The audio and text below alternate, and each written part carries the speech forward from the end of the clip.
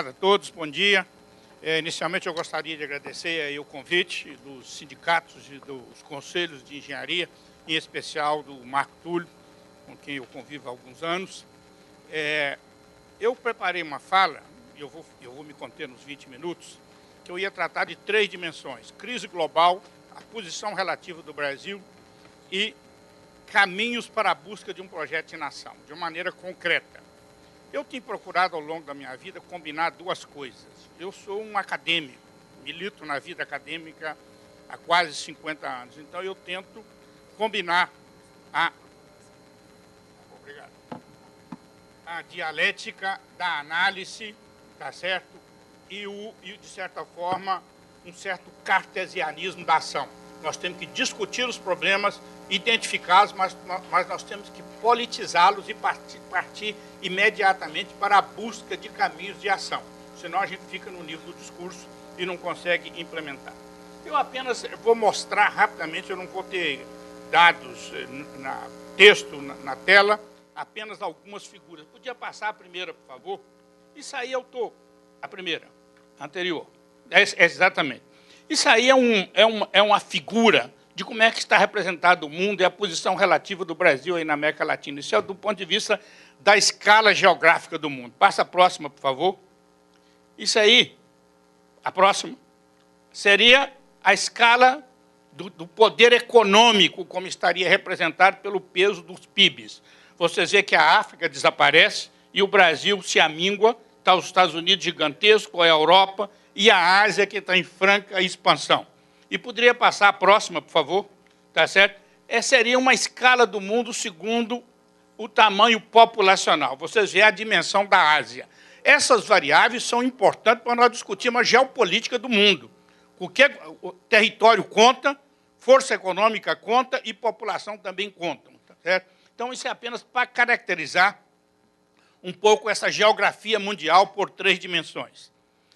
Nós estamos diante de uma crise profunda do capitalismo mundial. O capitalismo mundial, eu vou ser disciplinado, eu não vou aqui analisar a crise, a rigor, para mim, a crise começa nos anos 70, quando os Estados Unidos rompem a convertibilidade e vem uma sucessão de crises, que eu posso até mencionar depois, mas, de qualquer forma, passa a próxima, por favor. Eu não vou ter tempo de detalhar. Isso aqui é um mapa que mostra o peso econômico e o peso no comércio internacional de um bloco de países.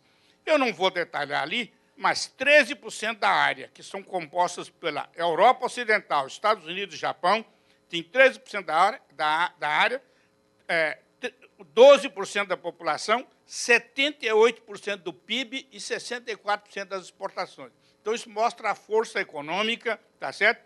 Governada por uma governança mundial, que depois da Segunda Guerra Mundial foi o G6, depois incorporaram o Canadá, virou o G7, depois incorporaram a Rússia, virou o G8, depois puseram a Rússia para fora, a crise ficou muito complicada, aí fizeram o G20, que eu não vou ter tempo de detalhar aqui, que é uma tentativa de buscar aderir a alguns países da periferia à governança global, nos quais o Brasil estava inserido. Brasil, Argentina, o México pela América Latina, mas Turquia, Arábia Saudita e coisas do estilo, não vou ter tempo por aí, tá certo? Então, nós estamos vivendo uma crise profunda desse capitalismo central, tá certo? E, do ponto de vista do renascimento do capitalismo, a grande expansão do capitalismo asiático, ou seja, nós temos o colapso da proposta socialista soviética em uma reconversão chinesa. A reconversão chinesa é constituição de um padrão de capitalismo chinês, com outras características. Aqui uma coisa importante: capitalismo é genérico, mas ele tem características diferentes. Uma coisa é o capitalismo sueco, a outra coisa é o capitalismo americano, a outra coisa é o novo capitalismo chinês. Nós temos que ver essas características para saber com o que nós estamos nos degladiando, tá certo? No meu entendimento, o capitalismo é um produto histórico, e tudo que é produto histórico tem um fim histórico. A pergunta é saber como ele vai ser destruído e em quanto tempo e o que virá no seu lugar. Eu acho que essa é uma tarefa nossa. Nós temos que ajudar a construir a busca de saída, a busca de soluções. Tá certo? Apenas para mencionar rapidamente, eu diria que a crise estrutural do capitalismo mundial é diferente das crises anteriores. Eu acho que ela está manifestada de diferentes maneiras. um desemprego estrutural de difícil solução, principalmente com as mudanças tecnológicas em curso, tá certo? Como absorver essa massa de trabalhadores, tá certo? A proliferação de armas nucleares e guerras, uma coisa que tem que se citar, as guerras são sempre feitas nos territórios dos outros, não das potências dominantes. Os Estados Unidos fizeram guerra a vida inteira, nunca no seu território. Vai lá para a Líbia, vai para a Síria, vai para o Iraque, você está entendendo, e coisa do estilo. Uma imigração em massas mostrando o colapso das antigas colônias, e o problema africano ainda não está posto, é uma tragédia que está sendo construído, tá certo? Fundamentalismos religiosos como uma nova forma de conflito, tá certo? Corrupção generalizada, a concentração da renda e da riqueza se transformou em um problema para o capitalismo. O Stedit citou aqui o Stiglitz, e você pode citar também o Piketty. Todos os dois são autores não revolucionários, não marxistas, são convencionais. O seu discurso é como sobreviver o capitalismo, mas estão mostrando a disfuncionalidade da concentração da renda. Porque capitalismo é mercado, é preciso de consumir. Você está criando uma massa de produto, tá certo, de difícil assimilação pelo mercado. E toda a questão climática e ambiental que veio para ficar, é uma questão cuja consciência é muito recente. E problemas novos, tipo a insegurança digital, ao ponto que não se sabe se a Rússia interferiu ou não no resultado da eleição americana. As duas potências militares mais poderosas do mundo não se sabe por causa do problema da insegurança digital. E apenas um parêntese, vocês não sabem, nenhum de nós tem a dimensão de quanto os bancos gastam, tá certo, nas suas seguranças digitais e não divulgam, porque eles não podem mostrar insegurança. Se tirarem dinheiro no seu cartão de crédito de forma irregular, vai lá que o banco te repõe e não divulga. Tá certo? São montanhas de dinheiro. E mais duas questões. A questão do que a gente chama gnosticismo científico e tecnológico. Gnosticismo como uma crença total e absoluta que a ciência e a tecnologia vai dar a resposta para tudo. A ciência e a tecnologia vêm sendo usadas como arma de competição. Competição militar, competição econômica. O grande desafio, eu acho que esse é um desafio para nós, é como controlar política e socialmente o avanço científico e tecnológico. Eu falo isso muito à vontade, passei 40 anos como professor da universidade, 4 anos como reitor, fui ministro da Ciência e Tecnologia, e falava isso na Academia Brasileira de Ciências. Eles ficavam meio incomodados, mas como eu tenho título de doutor, de engenheiro, então eles aceitavam que eu fosse lá falar isso. Se fosse só um discurso de economista, eles não aceitariam. Tá certo? O que é que vocês querem fazer com a ciência e com a tecnologia? É só para competir? É só para fazer armas? Você está entendendo? É só para competir economicamente? Tá certo? E, para terminar essa análise geral, a tristeza é o livro do Emmanuel Weinstein, que foi publicado em 2013, dele mais 5 sociólogos discutindo a crise do capitalismo, dizia, está na página 165, a grande esperança, ou a única esperança, é a nova esquerda latino-americana, na qual o Brasil está construindo a grande trajetória. Esse é o drama. Havia uma esperança, uma expectativa na América Latina e, em especial, no Brasil. Esse é um drama que nós temos que trabalhar com ele. Tá certo?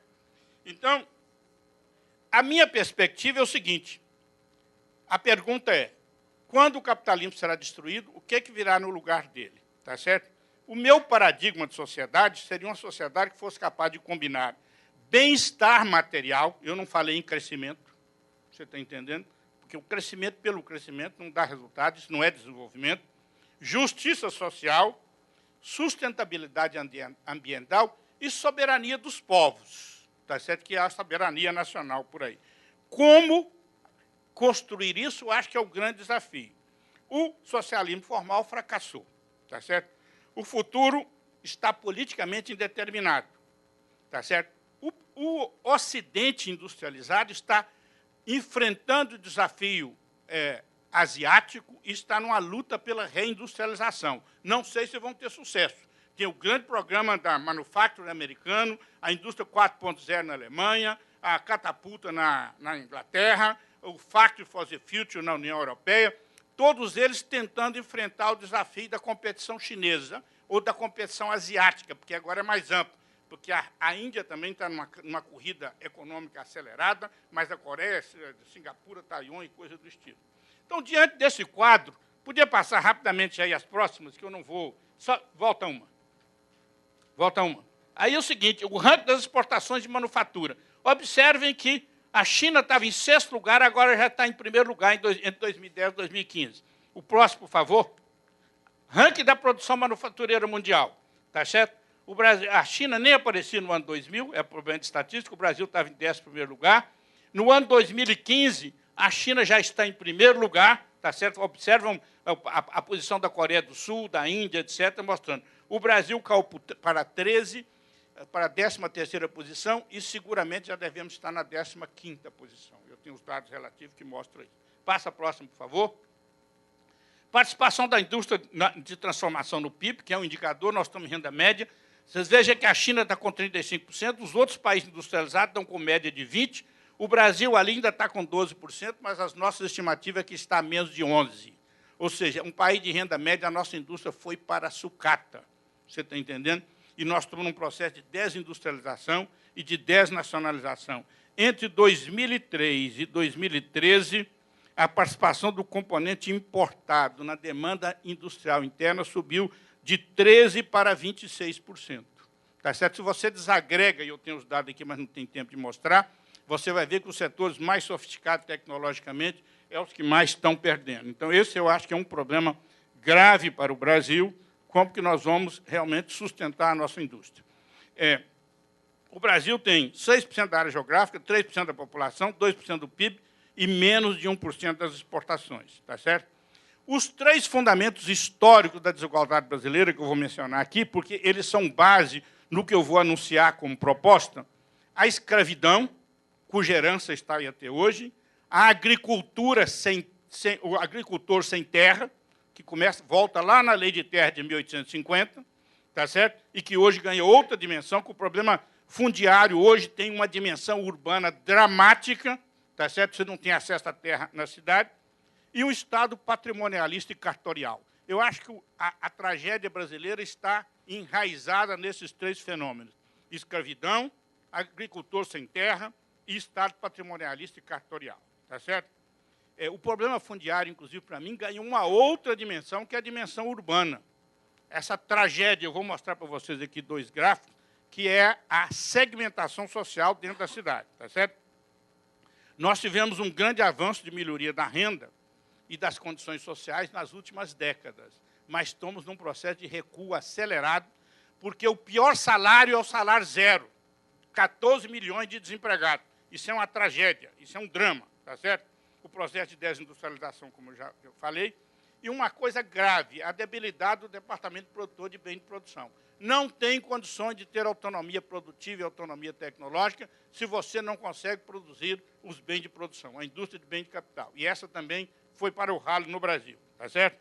Podia passar rapidamente, eu não vou. Aqui é a balança comercial brasileira, nós voltamos a ser um exportador de produtos primários, a linha de cima é produto primário, tá certo? A linha intermediária é o total e a linha de baixo é produtos industriais, ou seja, reverteu totalmente, tá certo?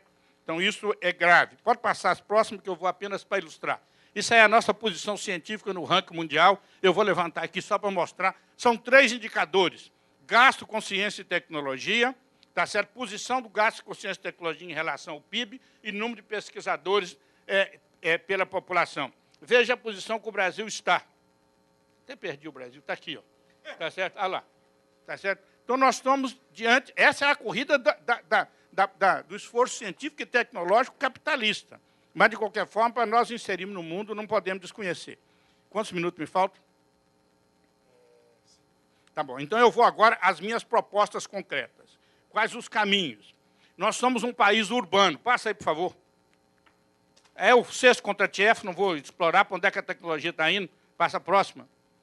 A anterior. Esse aqui, anterior. Essa aí. Esse é o Brasil que nós estamos falando. O Brasil é urbano. Tá certo? 85% da população está na cidade. Hein? É urbano e, fundamentalmente, litorâneo. Eu analiso essas coisas todas, inclusive a exploração do mar, se vai ter impacto de relatorização. Tá certo? Qual é o projeto de nação desejável e possível? tá certo?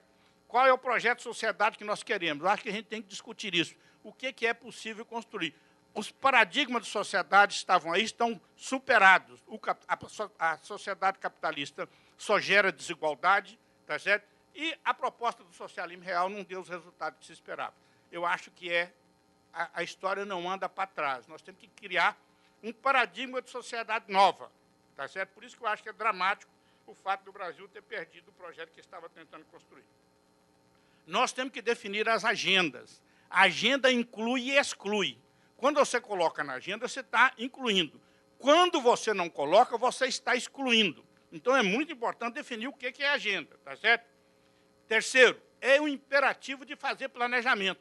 Sem planejamento, não é possível construir ou administrar uma sociedade tão complexa como a brasileira.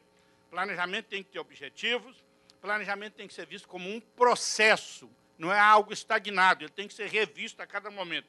Ele tem que ter metas, ele tem que ter meios, e ele tem que discutir as alternativas, o que convencionalmente chamava de estratégia. Quais as grandes questões estruturais para o Brasil? Tá certo?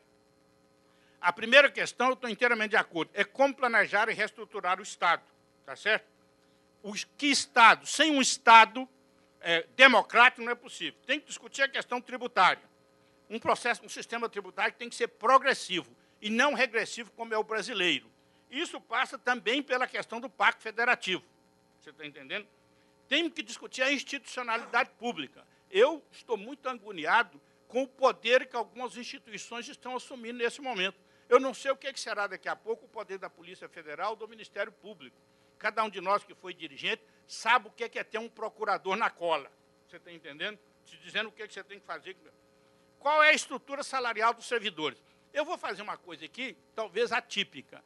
É preciso discutir reforma previdenciária, sim. Não essa discussão que está aí. Porque aposentadoria rural e BPC, para mim, não é previdência. Isso é política social, tem que pôr na conta do Tesouro. Tá certo? Prioridade absoluta do ponto de vista humano e social. A aposentadoria privada, também, ela não é tão alta, não tem grandes problemas. O grande problema previdenciário no Brasil chama aposentadoria do setor público. E eu fico à vontade, porque eu sou aposentado com salário integral como professor da UFMG. Só tenho uma aposentadoria, hein? Podia ter duas. Quando eu fiz concurso para titular, eu podia ter aposentado como adjunto e tomado posse como titular. Não fiz isso por uma questão de ética pessoal, tá certo? Tem gente com 3, 4 aposentadorias. É um país que paga R$2.000 para uma professora, tem gente aposentando com R$100.000 e ainda fazendo previdência privada com recursos públicos.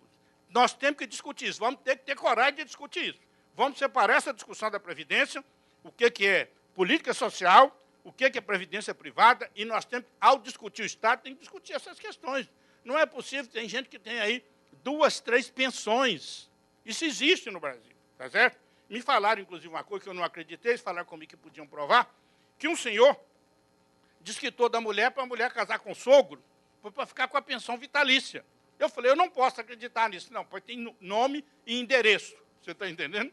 Ao ponto que chegou. Tá?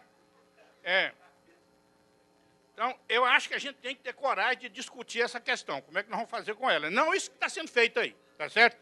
Educação básica, integral e de qualidade. Só assim nós vamos resolver o problema da herança da escravidão. Nós temos que dar igualdade de oportunidade para as pessoas. Você não valoriza a escola, não valoriza o professor. A elite brasileira nunca quis resolver o problema da educação básica. O dia que você resolveu o problema da educação básica, você deixa de ter serviçais. Pode até ter gente trabalhando, mas não há outra relação. Então, isso não foi prioridade nacional até hoje. Não dá para ter consciência política, consciência social, uma sociedade semi-analfabeta, tá certo?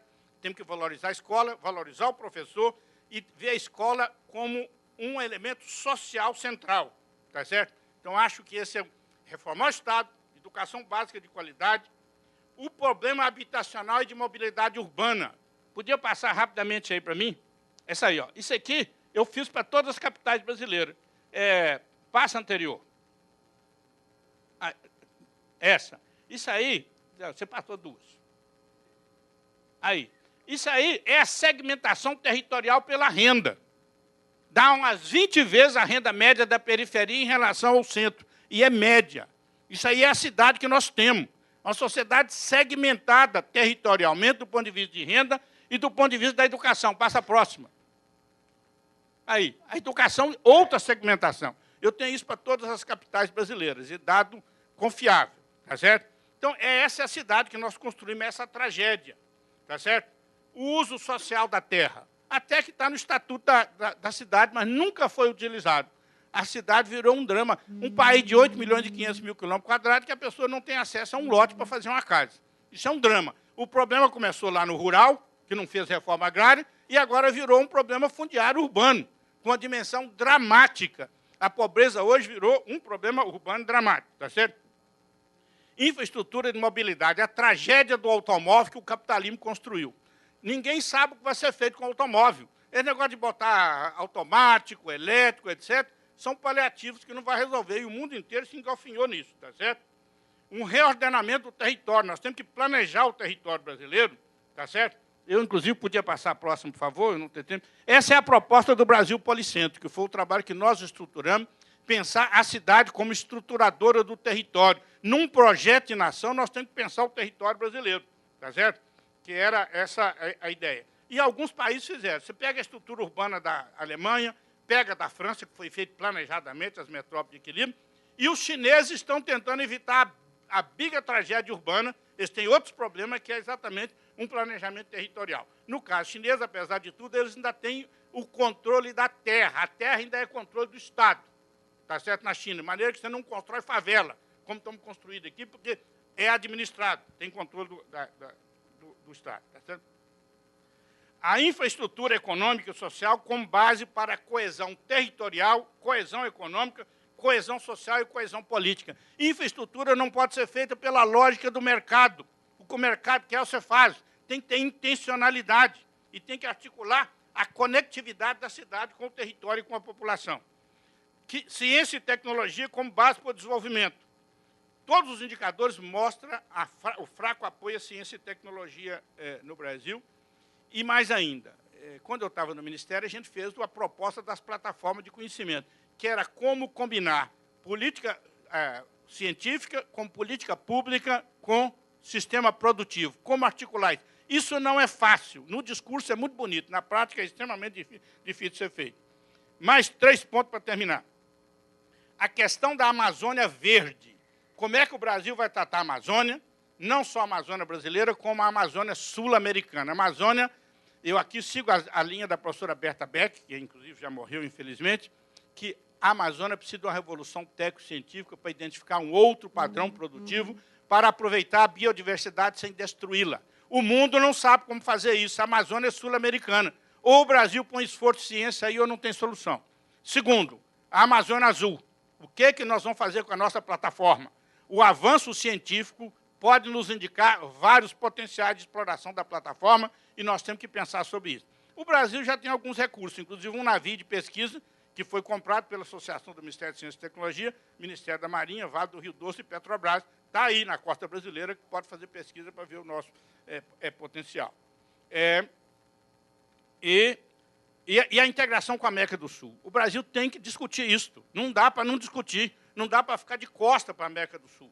Tá certo? Nós estamos integrados territorialmente. Tem um vazio populacional, um vazio de infraestrutura no meio disso aí. Tem proposta, sim, para ligar com o Pacífico para exportar matérias-primas. Essa aí é a proposta. Os chineses financiam a ferrovia para ligar para o Pacífico, para ficar mais barato para chegar na Ásia. Então, essas são questões estruturais que o país tem que discutir. Tem que pensar de forma articulada as políticas sociais horizontais. A política ambiental é horizontal, a política de saúde é horizontal, a política de segurança é horizontal, a arte e lazer, tudo são horizontais, tá certo? Por fim, tem que compatibilizar as diferentes instâncias temáticas e setoriais com a política macro, tá certo? Se nós não fizermos isso, fica cada um atirando por um lado. Então, enfim, muito rapidamente, que eu acho que meu tempo terminou, é preciso de ter uma análise das contradições, isso que eu repeti de novo, nós temos que ser dialético na análise, cartesiana na ação. Identificar o que é possível ser feito e as prioridades. E politizar o debate, para que, senão, nós ficarmos na sala, isso não adianta. Eu vejo com uma certa tristeza, eu já estou ficando velho, quando eu olho para o auditório, que eu não vejo juventude aqui dentro. Você está entendendo? Isso é um problema que nós vamos ter que mobilizar também para trazer a juventude para o debate. Há uma certa descrença da juventude. Eu fui reitor da universidade, onde, no início, os movimentos estudantis eram quase totalizantes. Hoje, o diretório central vai fazer eleição, 10% dos alunos votam. É uma tristeza. Eles iam na minha sala e falavam, eu estou abismado. Vocês são o sindicato que tem que bater no reitor. Vocês não têm peso, não têm discurso, não têm proposta. Você está entendendo? Não tem voto. Então, é isso que eu tinha a dizer para o senhor. Eu estou à disposição.